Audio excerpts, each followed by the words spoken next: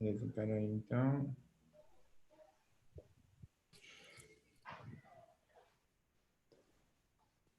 Eu vou mandar o link para vocês também. Eu já abri aqui. Já viu? Já. Tá, vê se aparece lá, Carla. Vamos testar, testando.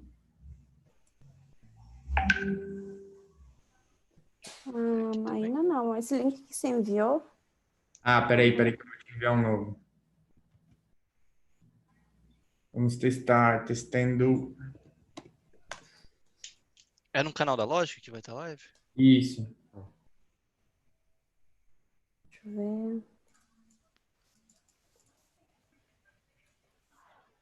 Como tá o canal da Logic? Logic, só Agora Logic, sim. Logic Design. Logic Design. Design. Olá. Aí sim, esse background, hein? Eu uso ele às vezes.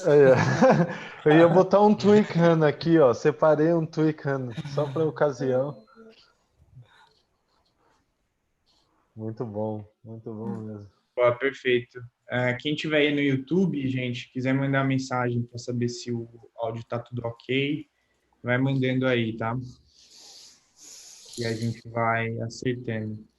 Tem um delay aqui entre a nossa reunião e o YouTube, então a gente vai esperar um pouquinho até vocês mandarem mensagem. Ó, a Daniela mandou um oi. Tem Oi. gente assistindo? Já tem. Beleza? Bom, eu vou explicar então rapidinho aqui. Eu só preciso de uma confirmação de que está funcionando mesmo. Tá, Consegue ver, Carla? Tô tá entrando sim. com a minha conta. Peraí. Tá bom, então Tá. beleza. A gente vai tacar pau. Então, primeiro agradecer a presença do Cara, Agostinho. aparentemente tá tudo ok, acabei de testar. Tá bom. Então, primeiro agradecer a presença do Agostinho e apresentar um pouco do projeto aqui. Esse é o MVP Podcast, né? Então, é um podcast que a gente está testando. Então, a ideia é trazer assuntos diferentes, assuntos interessantes para a gente trabalhar, principalmente ligado à inovação, ao design, a UX, né? Então, a gente sempre vai trazer alguém que a gente gostaria de ter conversado em algum momento e a gente não conseguiu e agora a gente achou uma boa desculpa para fazer isso. Então, o Agostinho é uma boa pessoa. A gente vem acompanhando o trabalho dele na CBRU faz algum tempo, né? Acompanhou o trabalho dele. E, CEO da CBRU, a gente sempre jogou rugby, se conheceu no rugby, né? A gente tenta colocar a cara aí no rugby faz algum tempo também. Eu fico aqui no meio, ó, de vocês. Mas, Um dia, quem sabe. mas essa ideia do rugby nos influenciou muito e aí a gente viu a oportunidade de convidar o Agostinho. Então vamos fazer um episódio com ele e é isso que a gente vai falar hoje. Então eu queria agradecer logo de cara as empresas, né, que estão nos apoiando, que é a Logic Mundo e a Angatec e a Superb, né? E aí com a gente tem alguns representantes dessas empresas e temos um convidado ilustre também que vai nos ajudar, que é o Lucas Omena, que está lá da Espanha. E a gente obrigou ele a vir hoje aqui, porque justamente ele faz parte dessa história com rugby, inovação, design, UX, né, e tudo mais. Tudo no meio, né? Exatamente. Então, eu queria primeiro agradecer vocês e aí falar. O Diogo, então, ele está representando a Angatec, que é o nosso braço de startup, né? A Carla, a Superb, que é a nossa agência de marketing digital, e eu aqui, a Logic, que é a nossa agência de inovação e ideias. E aí, a ideia do podcast é a gente discutir. Então, eu vou pedir primeiro para o Agostinho se apresentar, falar um pouco da trajetória dele, né? Que é uma trajetória bem interessante, e comentar assim, o que ele tem feito no rugby, como é que ele descobriu o rugby, que acho que esse é um assunto que nos é comum logo de cara. Então, manda aí, Agostinho. Muito bom. Bom, antes que nada, aí, obrigado pelo convite e por me dar aí esse espaço para conversar com vocês. Para mim é um grande prazer aí aceitar qualquer convite para falar de rugby. Você aí ser o primeiro na fila, né? Pode falar de rugby e combiná-lo com, enfim, com o mundo das empresas e que acho que, bom, uma das coisas que eu gostaria de passar hoje é essa grande a grande escola que o esporte em geral e o rugby em particular pode ser para o mundo profissional, né, também. Um pouco sobre a minha trajetória. Bom, eu sou argentino, como já devem ter percebido pelo sotaque. Eu sou formado em administração de empresas.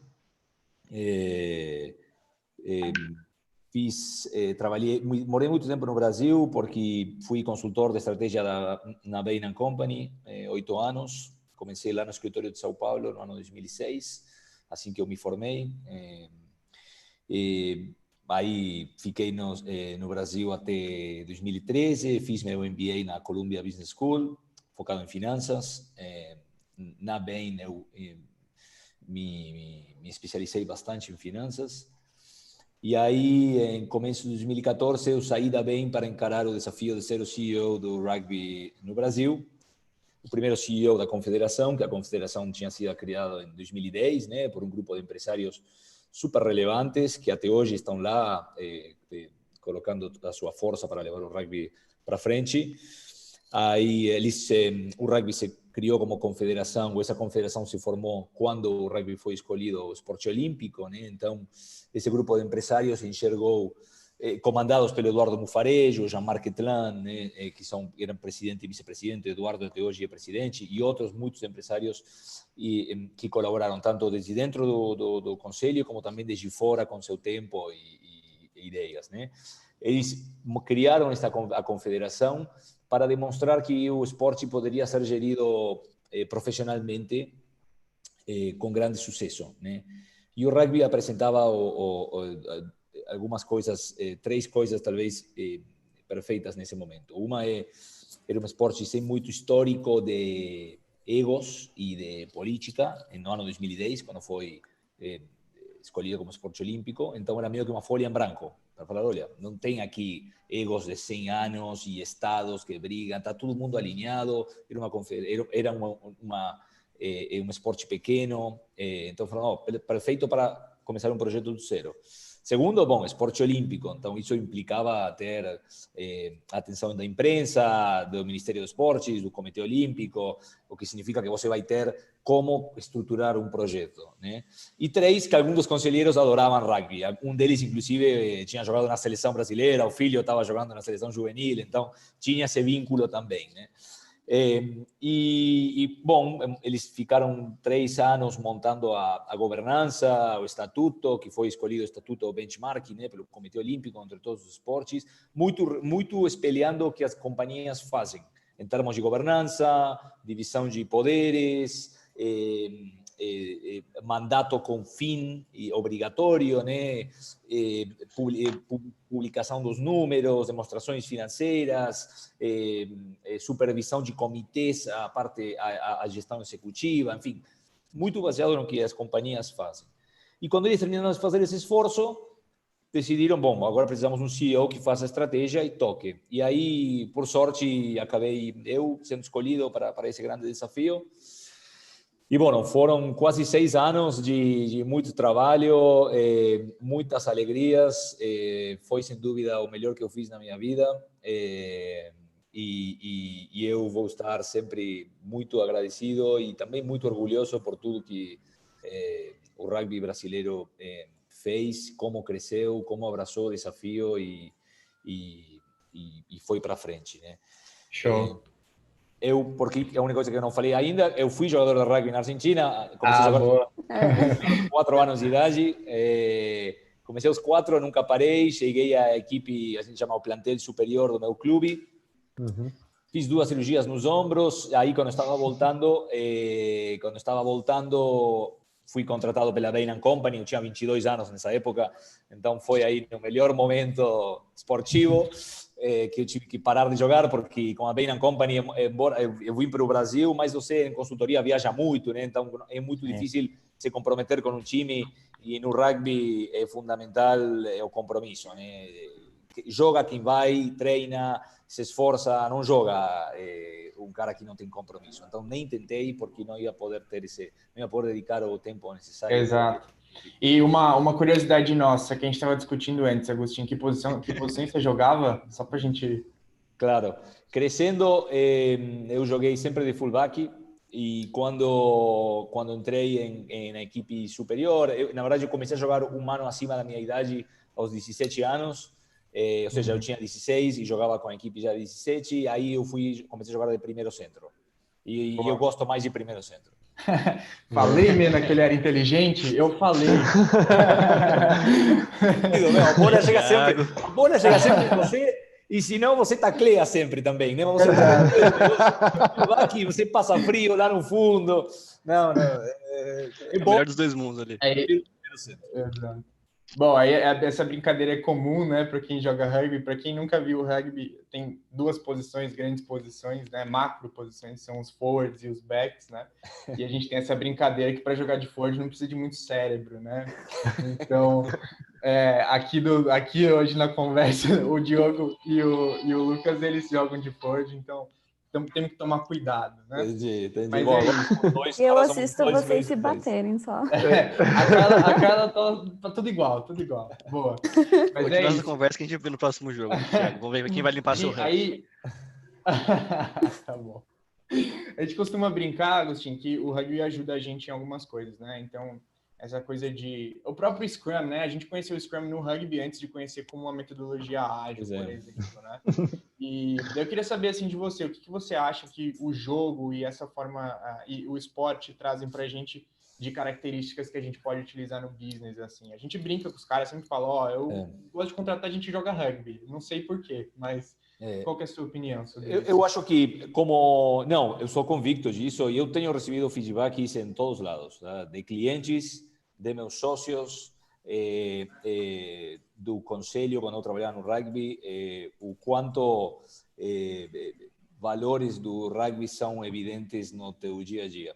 Mas eu acho que, antes de falar de rugby, esportes em geral são uma grande escola, porque se você faz um esporte e leva um esporte a sério, de por sí você precisa de disciplina, né? Precisa compromisso, você precisa de resiliência, né? Porque para fazer um esporte, levar um esporte a sério, muitas vezes você vai ter que treinar quando você não quer e você vai ter que se empurrar quando você quer parar, né? Senão você nunca avança.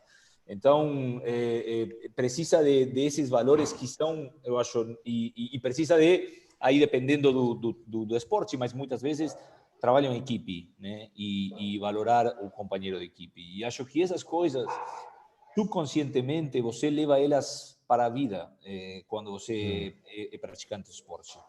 Porque acontece um problema e você junta o time e fala, cara, vamos lá que a gente resolve. Entendeu? Você tem essa resiliência extra para falar, não, tipo, tá difícil, mas se a gente continuar empurrando, o negócio sai, ou a gente sai do outro lado. Você sabe que se teu companheiro está ferrado com um monte de trabalho, você vai lá ajudar o cara, porque hoje é ele, depois é você, e é o time que sai na frente, não é um versus o outro. Enfim, o esporte de por si te dá muitas ensinanças, assim, valores que são muito úteis na vida, e não só no trabalho, na vida como um todo, né? Você precisa de compromisso, resiliência, respeito às regras em tudo que você fizer, né? Não só, olha agora com o Covid, né? Respeitar as regras, ficar dentro de casa, cuidar do outro, enfim, para tudo você precisa dessa disciplina, eu acho, pelo menos, e o esporte é uma grande escola para isso, né? O rugby em particular, eu acho que é o esporte que melhor forma, entre todos os esportes, o melhor em termos de formador de pessoas, por vários motivos. Porque é um esporte o mais coletivo de todos, disso eu tenho convicção, porque a diferença de outros esportes coletivos, no rugby, embora tenha os forwards e os backs, na verdade todo mundo acaba fazendo tudo, né? Porque é um esporte contínuo. Então, se você tem que avançar, e você não pode recuar, falar, não, agora eu deixo com ele. Você tem que continuar avançando, e você tem que, quando você está defendendo, continuar defendendo. Então, se você é o meio scrum, de 1,70 m e 70 kg, e na tua direção vem o número 8, de 1,90 m e 120 kg, você vai tentar taclear o cara. Você não vai falar, não, esse é o trabalho do terceira linha, desculpem, mas eu estou fora. É um esporte que leva a uma solidariedade absoluta. E quantas vezes você acaba utilizando o seu corpo para proteger a bola, para proteger a posse de bola, a posse de território, né? Uma bola que está solta, você pula acima que nem fosse uma granada, sabe? Para salvar a equipe e não perder a posse de bola. Ou um jogador foi tacleado e você entra no rack sabendo que vai levar um contra-rack que vai doer absolutamente de todos os músculos do teu corpo, mas você não pensa nisso, você entra.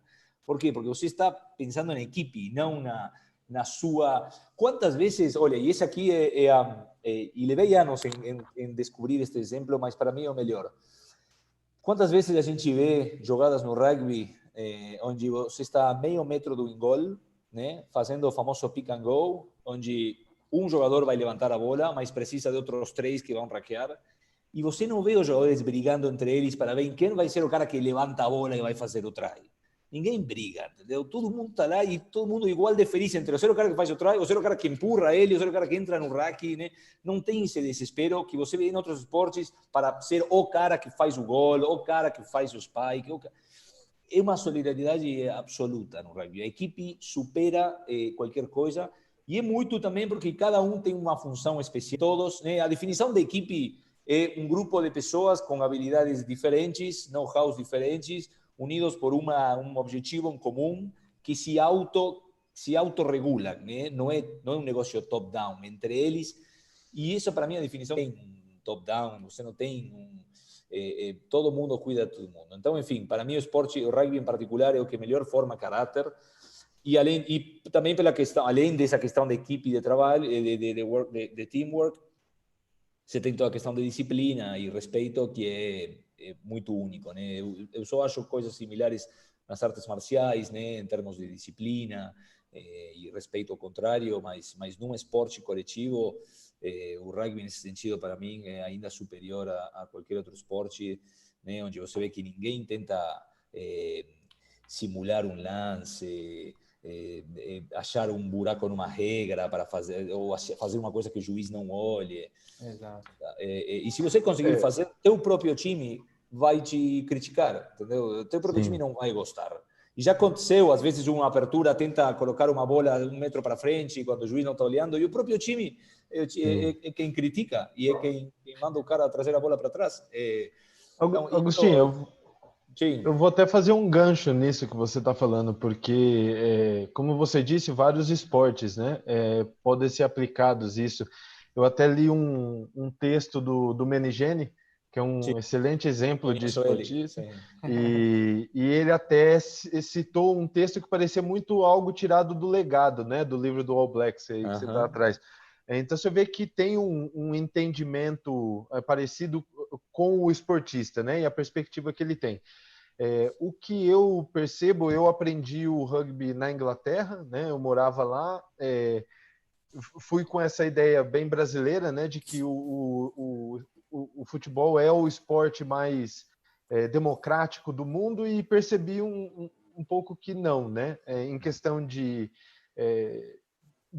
ser mais inclusivo, talvez o rugby tenha um pouco mais, até pelo estereótipo, né, e o shape dos corpos. Mas o que eu sinto e a gente já teve isso por vários exemplos, igual você falou, só joga quem treina, quem está preparado, né?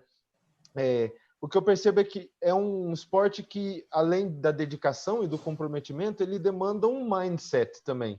É como se você fizesse uma conversão. Eu brinco que no Brasil o rugby teria que ser uma religião para que o pessoal entendesse que você tem que parar de cometer alguns pecados, né? e entrar numa linha. Mas então eu digo assim, será que é de todos os benefícios, o mindset do rugby, e até por isso ele exige um pouco mais, e as pessoas que não conseguem se adaptar a isso acabam seguindo, porque ele é muito certo pelo certo, né? Exato, é isso aí, por isso que eu falo que é o esporte que mais se foca em colocar os valores. E se você olhar para um treinamento de um professor de rugby de escolinha, você vai ver que ele não, o treinador de rugby, de escolinha de rugby de 5 a 7, 8 anos, quase nem ensina como passar a bola. O que ensina é a respeitar o contrário, é a jogar em equipe, é a respeitar o juiz, porque essa é a base do jogador. Para passar a bola, você tem anos para aprender a passar a bola, aprender a taclear, né? Quando você é criança, te ensina os aspectos de segurança, então como cair no chão, né? Obviamente, e depois valores, a se divertir e a respeitar o contrário, a respeitar o juiz, e a respeitar o companheiro de time, e a respeitar as regras, né? Então aí se cria desde criança. Então, como você super bem colocou, precisa desse mindset depois, porque você tem que levar isso. Se o time perceber que você não respeita uma dessas coisas, você vai ser afastado naturalmente, porque não tem espaço. Não tem espaço para o malandro, para o cara que fura um treinamento e depois chega no dia do jogo, oi, tudo bem, eu vim jogar. Não, se você não foi lá e treinou às 9 da noite, com 10 graus, com chuva, como todo mundo, não importa se você é o melhor do time, não joga. E isso é uma regra aqui na Inglaterra, no Japão, porque o rugby ainda fica com muita base amadora, né? E quando você joga, obviamente o esporte está se profissionalizando cada vez mais, e no Brasil a gente avançou nessa direção com o alto rendimento, mas com o dia a dia é amador. E amador você faz porque você ama, você não faz por dinheiro. Então joga quem se esforça, não joga quem não tem tratamento especial para ninguém, né? Mas precisa sim desse grande foco. Boa, Agostinho, aproveitando o gancho, então, aí eu vou fazer a primeira pergunta, tá, gente? Aí depois eu abro, aí quem quiser fazer pergunta aí, a gente vai trocando uma ideia, tá bom? Aí a minha pergunta é como é que foi essa transição, assim, entre sair da CBRU, né, com vários objetivos conquistados, né, foram vários prêmios, várias coisas que a gente nunca tinha feito, né, tanto no 15 quanto no Sevens, e ir para o mundo de uma fintech, né, das startups, sei lá, do mundo ágil também, né, onde a gente aplica muitas das coisas desse mindset que a gente está falando, mas é outra religião também, né, porque a gente é startupeiro e que curte essas coisas também está sempre falando disso e é Scrum para cá, é Kanban para lá, é Design Thinking, não sei o que lá, os caras falam, meu, o que você está falando? É a mesma coisa quando você começa a falar Tackle, Scrum, né? Então, eu queria saber como é que foi isso aí. Olha, eu me senti completamente numa transição super natural. Trabalhar no rugby foi igual, para mim, eu sempre quando me perguntam como foi, eu falo, foi uma startup. Porque uma startup mais fácil. Por quê? Porque quando eu cheguei no rugby, já tinha um orçamento de 10 milhões de reais. Quantas startups, dariam um braço para começar com um orçamento de 10 milhões de reais? Né? Então, eu tive o trabalho fácil, digamos. Cheguei e já tinha dinheiro. Né? Mas o resto foi startup, foi montar e tinha, além do dinheiro, o apoio de um grupo de conselheiros super importante, que, como vocês sabem, qualquer startup precisa de ter esses mentores, né? Que te ajudam a tomar as decisões difíceis. Né? Então, na verdade, eu tinha dois componentes super importantes. Mas depois foi montar tudo, foi fazer estratégia, trazer a equipe, que é fundamental, né? A primeira coisa, e aí nisso demoramos um ano em poder trazer as pessoas certas, mas foi o melhor investimento do mundo, porque depois são as pessoas que fazem as coisas sair do papel, e não adianta, você não tem nunca como acelerar o processo de recrutamento. Então, montamos a equipe, montamos estratégia, escolhemos onde investir, quais seriam as iniciativas chaves, como iríamos mensurá-las, né? Que tipo de indicadores íamos mensurar, que coisas queríamos atingir, quando e quem iria ser responsável por cada coisa. Tudo isso demorou 2 anos. 2 anos de setup, se quiser. Né? Durante esse tempo, a gente ainda perdia jogos. Perdemos do Paraguai, sabe? Perdemos jogos que queriam me matar. Não eu, porque eu estava, nós internamente, todos nós estávamos olhando os indicadores, estávamos vendo, por exemplo, que os jogadores treinando estavam melhorando fisicamente, estavam melhorando nutricionalmente, estavam passando melhor a bola, estavam tacleando melhor, mas um jogador demora anos, né, em se desenvolver, chegar a seu pico de performance. Então, durante todo esse processo de setup, de fazer estratégia, colocar as pessoas, não só administrativas, mas também esportivas, porque tivemos que montar as duas equipes, né? A esportiva, reforçá-la com alguns jogadores, fazer detecção de talento juvenil, aposentar jogadores que já estavam fazendo um favor para a gente, né? Carregando a mochila porque não chegava ninguém, mas também, né?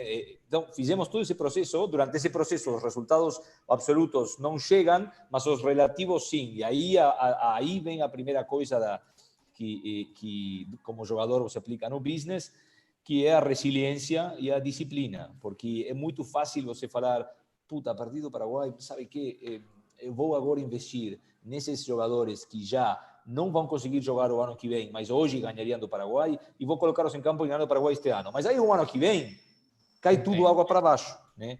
Então, essa resiliência, essa convicção, essa disciplina, quando você está numa startup que demora você chegar até o ponto de sustentabilidade, você tem que ter, porque senão você vira fazendo reflexos a cada coisa que acontece com o mercado, com toda a performance, e nunca segue o verdadeiro norte que você seteou, né?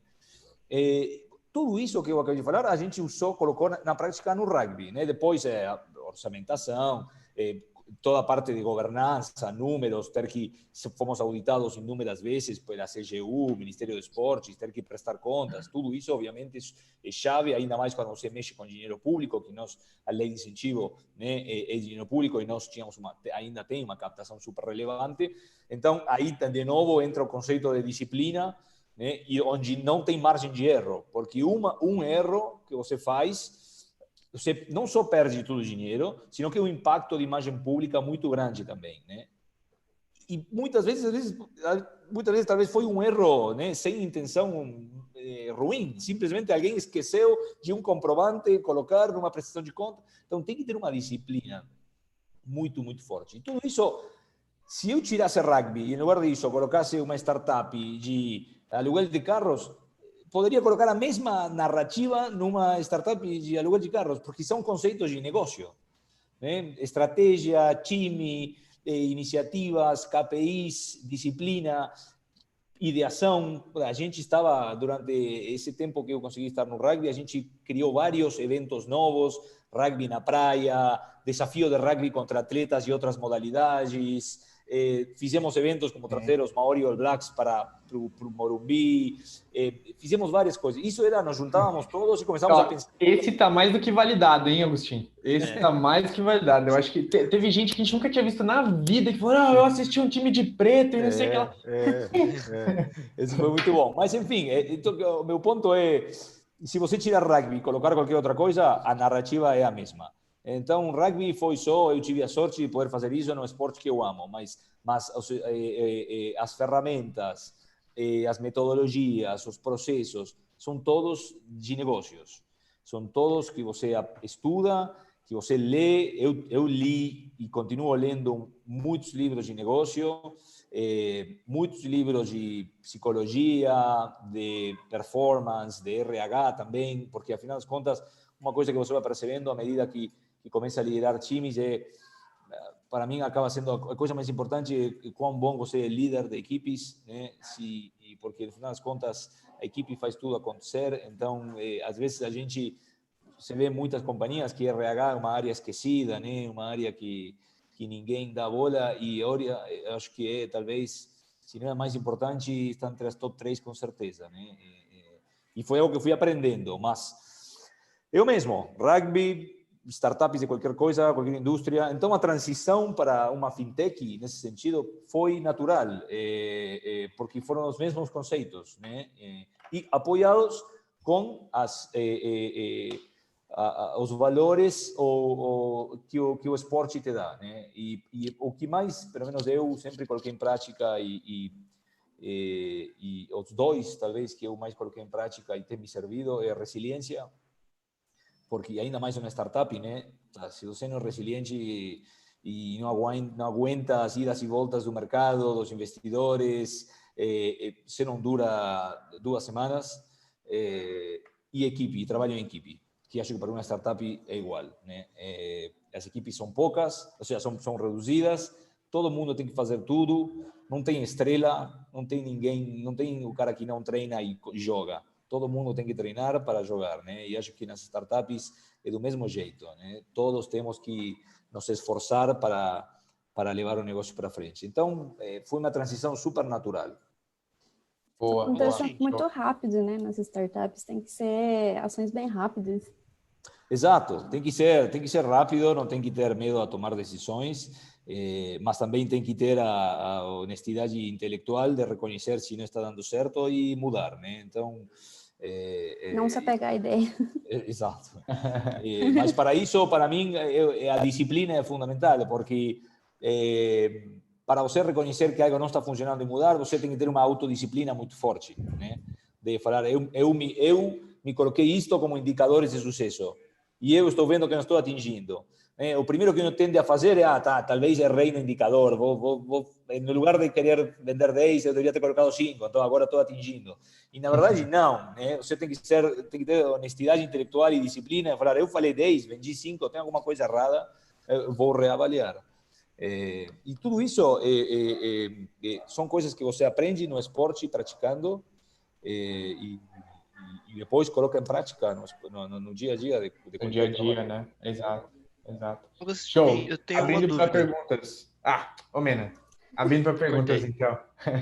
Cortei mesmo, que eu Vai lá. queria aproveitar que ele puxou do parte de indicadores. Eu queria saber um pouco mais, quando você estava na CBRU, quais eram os KPIs, quais as métricas que vocês tomavam ali em conta, levando em conta que vocês tinham que medir tanto a parte esportiva, né, tanto a parte do rendimento da seleção, como também as partes de goals de marketing, por exemplo. Isso. Eu queria saber um pouco mais como vocês lidavam com isso.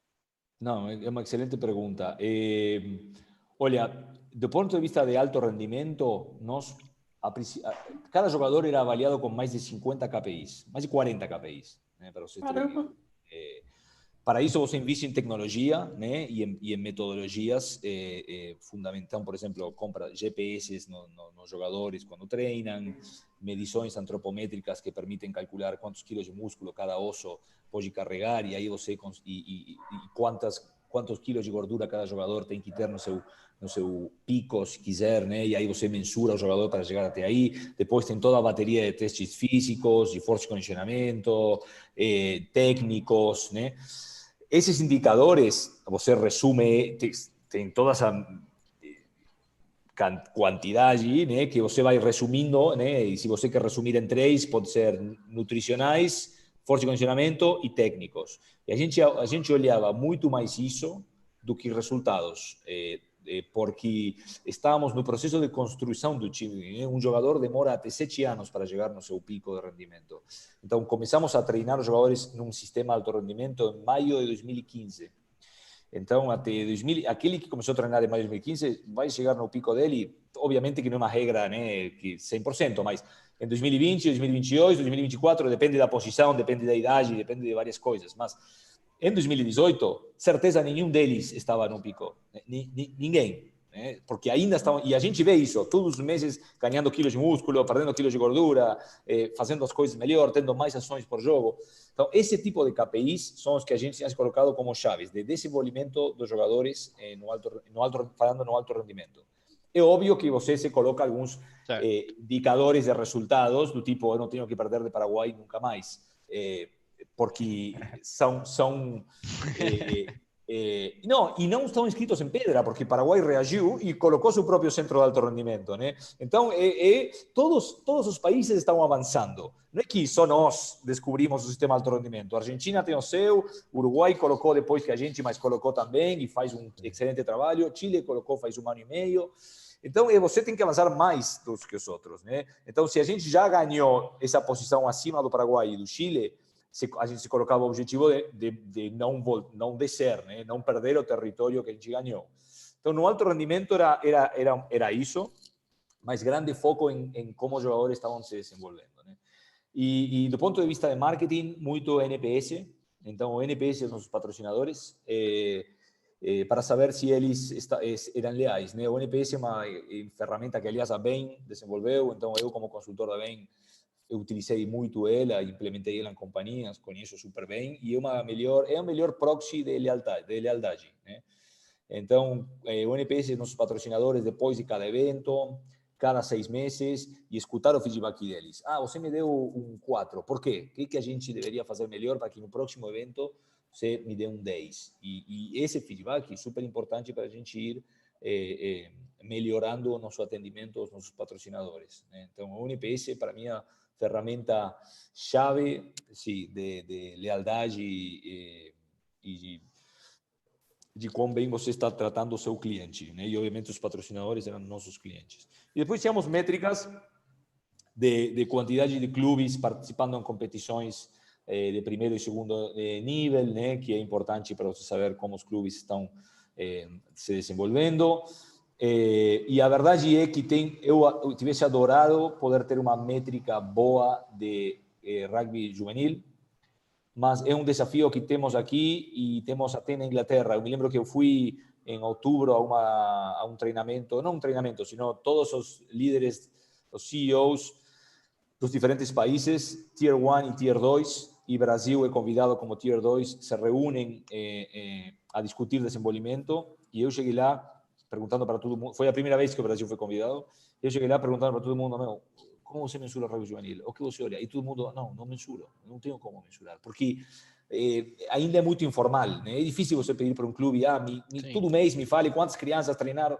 Quando você é adulto e joga a primeira divisão, você tem que estar cadastrado, porque você joga a primeira divisão, segunda divisão, tem uma série de requisitos legais até, né? Mas quando você tem 15 anos ou 10 anos, então essa métrica para mim foi um grande dever, algo que ficou sem cumprir, que eu não conseguia achar uma forma de mensurar, e tivesse adorado poder mensurar. E depois, óbvio, tem as métricas financeiras, né, de crescimento de receita, de lucro e tudo mais.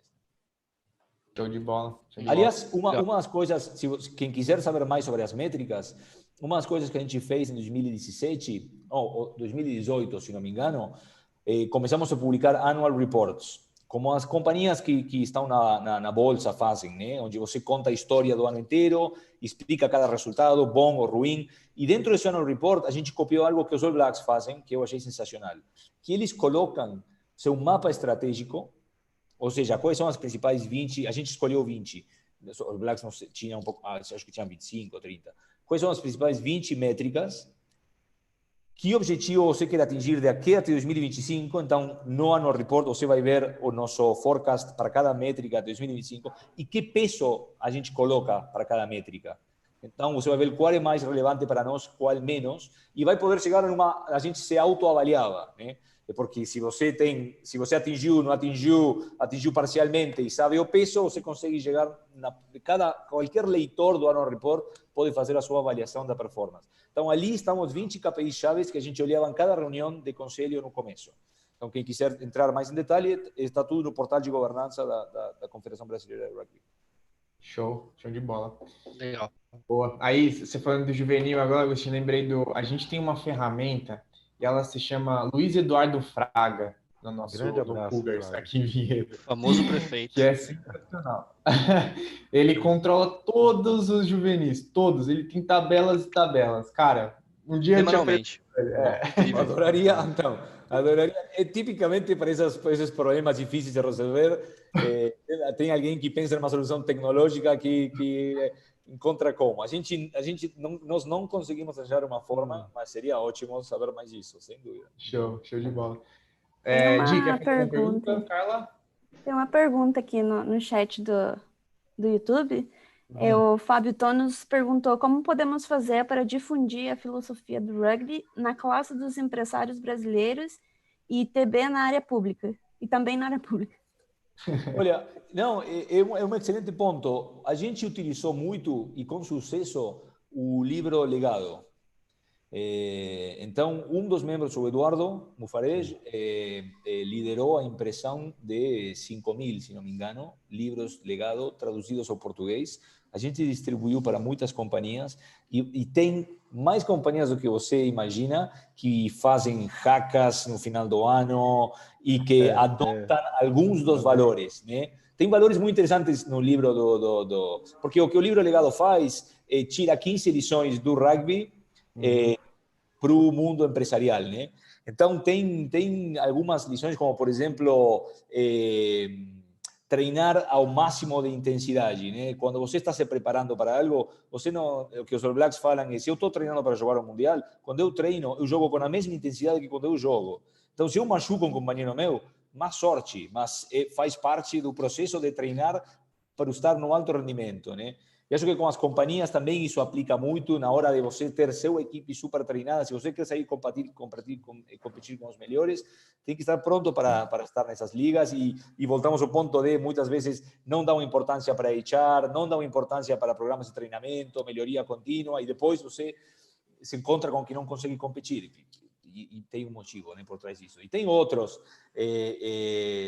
que são super interessantes, e que os empresários, quando leem, adoptam na hora. Eu te garanto que pegam pelo menos um ou dois e levam para a prática, porque se fala muito com o mundo empresarial.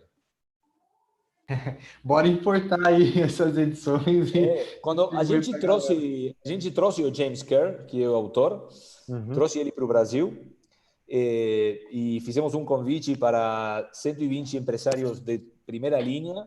Acabaram chegando quase 150, não entravam na sala, todo mundo super animado, e foi um sucesso, mas um sucesso absoluto, né? Que são pessoas que normalmente têm a barra alta, né, para conteúdo, muitas vezes, né, acham que o que estão escutando é óbvio, ou já escutaram 1000 vezes, e muitas vezes têm razão. Neste caso, todo mundo saiu da conferência assim, sabe, com 1000 ideias, inspirado. Foi muito bonito de ver, estar aí. Ver. Show. Legal. Teria mais algum outro livro que você recomenda para a gente levar para a vida?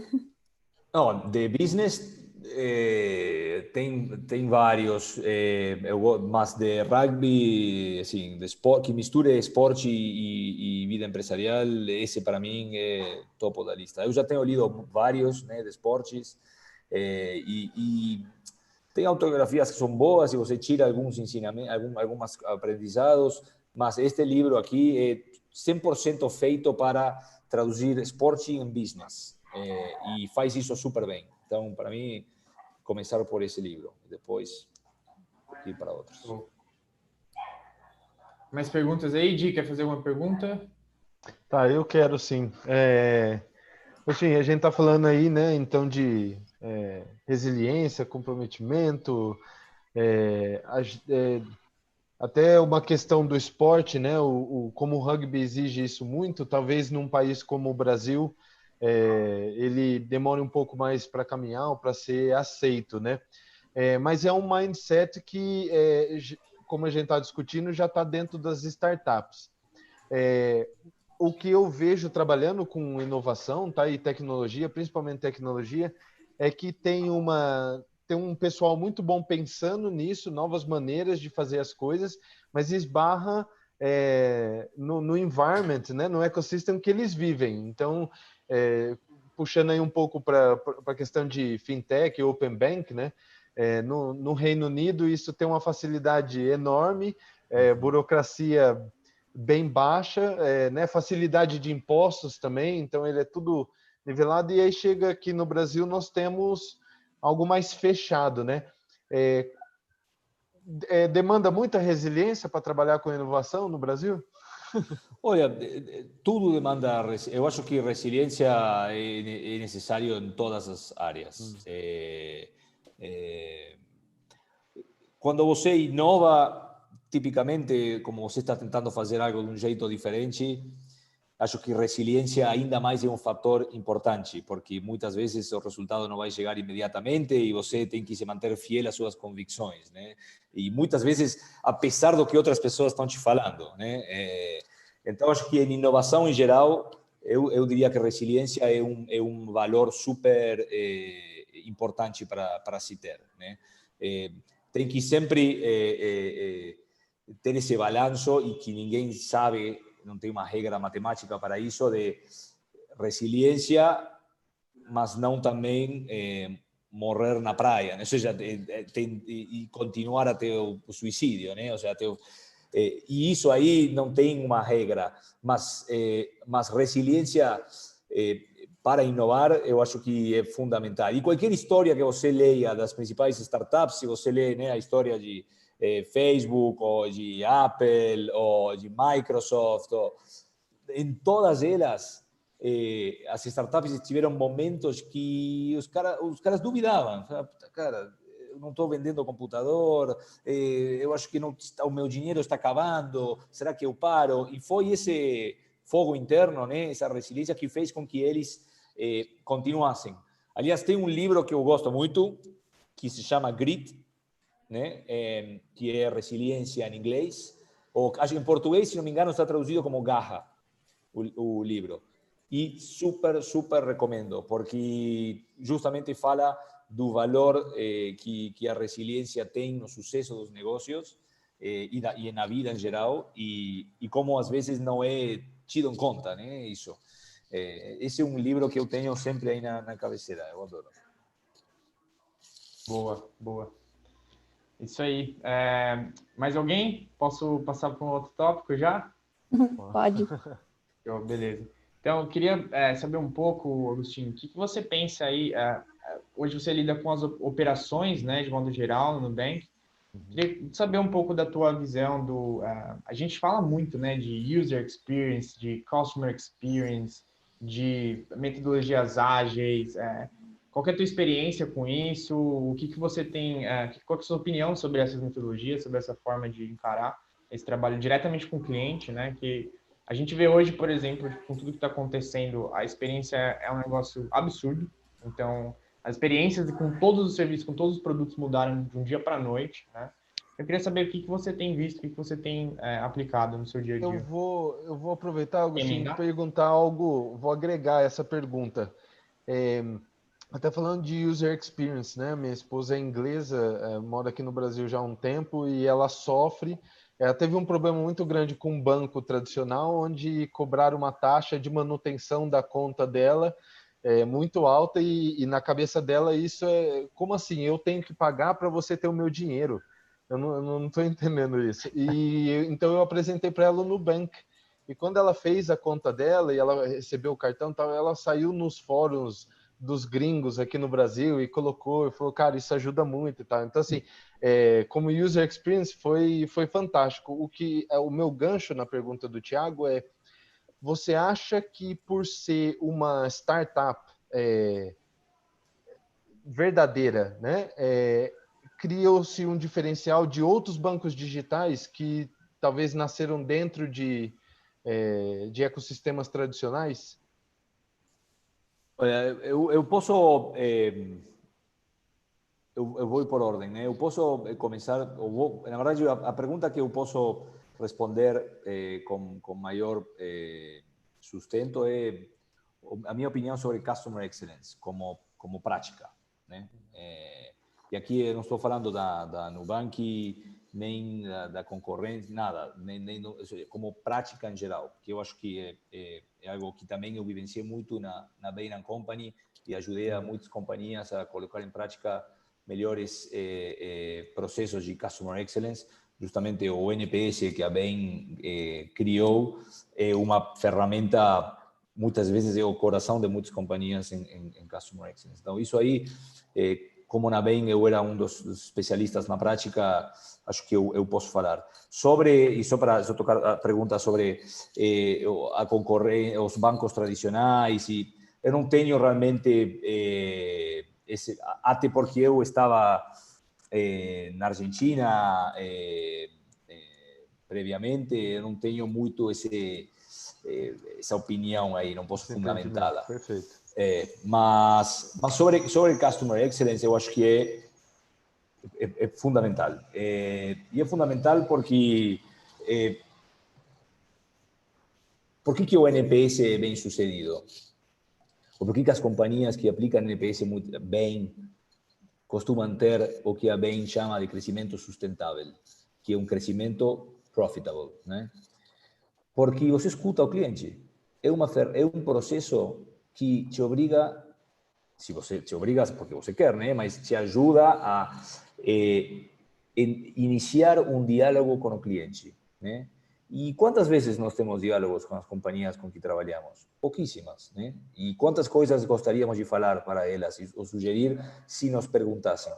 Muitas. E não estou falando de brigar, de xingar no telefone, senão de sugerir. Falei, cara, se você fizesse isso assim, puta, talvez você me ajudaria a poupar, sei lá, X minutos por dia cada vez que eu uso o teu produto.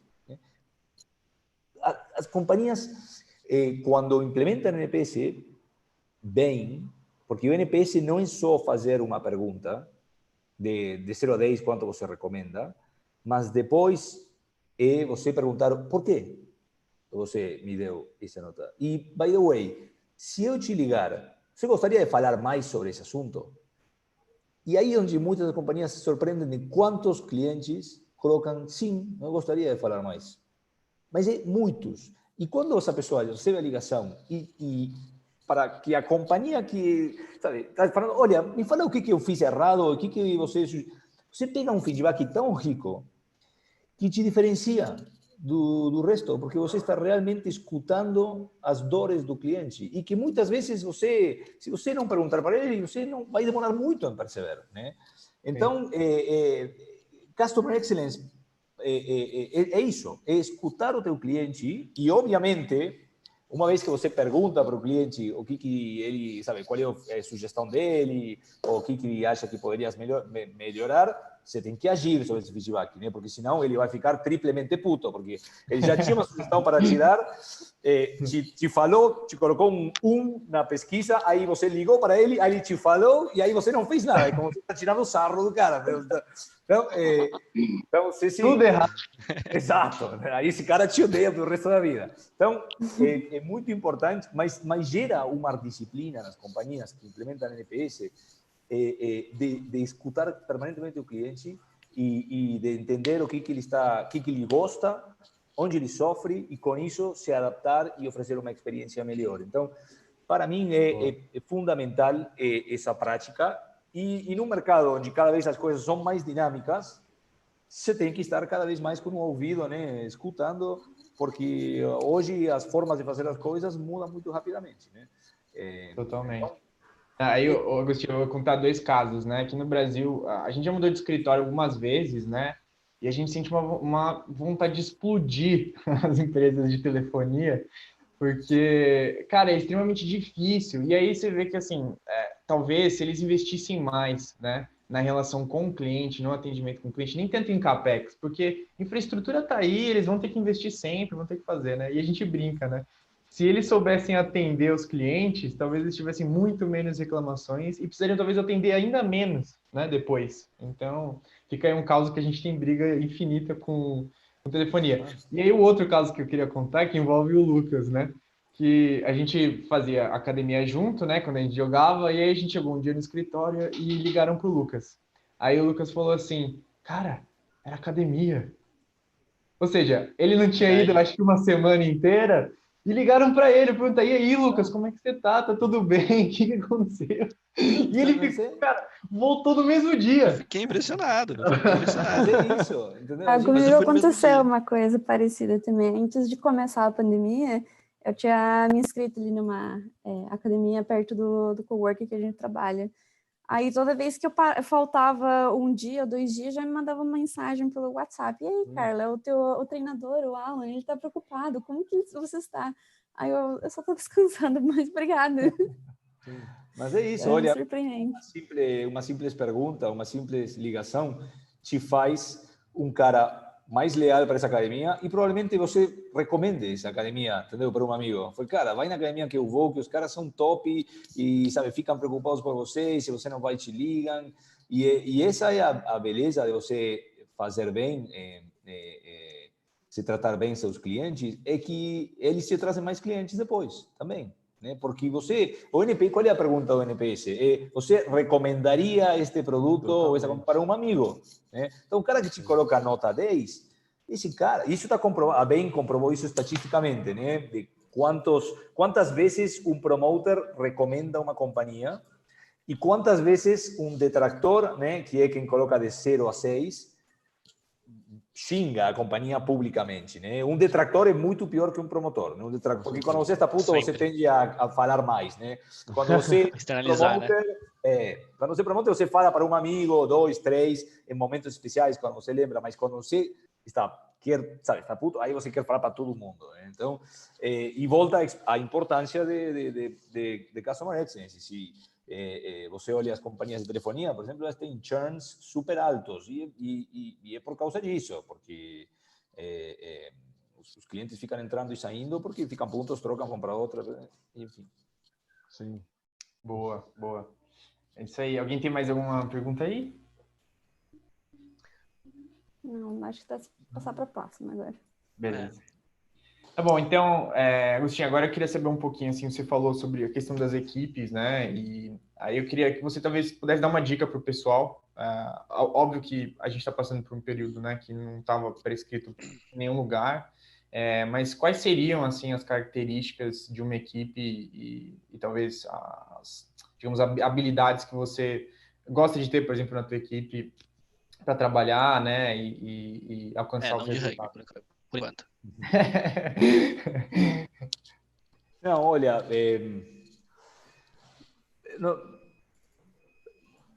habilidades é difícil você falar, porque depende muito do que você está fazendo, né? Para mim é muito importante, a gente usa a palavra equipe muitas vezes, e quando eu falo gente, eu também, tá? Ou seja, todos nós às vezes usamos a palavra equipe quando não estamos falando de equipes, estamos falando de grupos de trabalhos, né? Uma equipe é muito especial, porque uma equipe são de por si pequenas, é difícil você ter uma equipe de 20, 30 pessoas, né?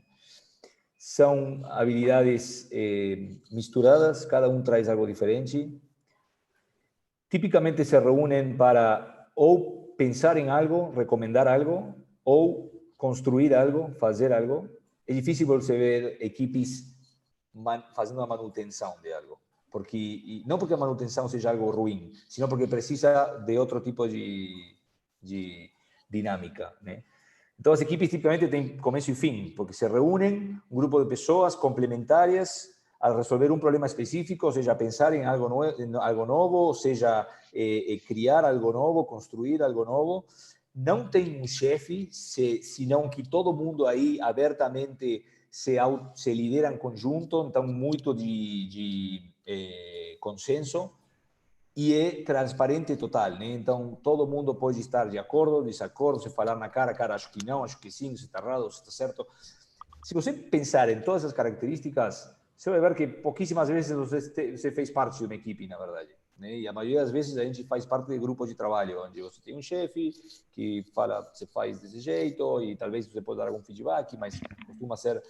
Então, nas equipes, o que é mais importante para mim são os comportamentos, e não habilidades, porque habilidades depende do que você estiver fazendo, mas comportamentos. E comportamentos, que significa? É isso, né? É estar completamente disposto a sempre participar, né? Então, porque você está aí, porque você está trazendo algo diferente. Então, você não pode simplesmente ficar quieto, você tem que ser ativo, você tem que desafiar o que alguém está falando se você achar que tem algum erro, ou contribuir com algo a mais se você achar que pode contribuir e melhorar o que se está discutindo. De novo, voltamos tipicamente as equipes, né, são para solucionar ou construir coisas difíceis, então tem que ter um compromisso absoluto com a causa, e isso significa, sabe, esforço. Voltamos ao ponto da resiliência, né? Isso é fundamental, né? Uma equipe de 10 pessoas tentando solucionar um problema difícil, ninguém pode falar, está todo mundo lá, 7 da noite, e alguém fala, puta, cara, eu tenho tênis, e vai jogar tênis, né? E nada contra, eu faço esporte, um monte de esporte, eu jogo tênis e vou na academia, mas você tem que saber quando e como, e quando você está comprometido com a equipe, está comprometido com a equipe, né? Se estamos todo mundo junto em La Cancha, né? Exato. Vai falar, vou sair ali rapidinho, tomar um Gatorade, já volto. Exato. Puta, vou dar uma massagem e já volto. Então, eu procuro muito mais isso. E quando eu procurava gente no rugby e na própria, eu era gerente e conseguia escolher, ou não escolher, porque você não escolhe, mas tentar direcionar a ver que consultor você queria no seu time, eu procurava muito mais comportamentos do que habilidades.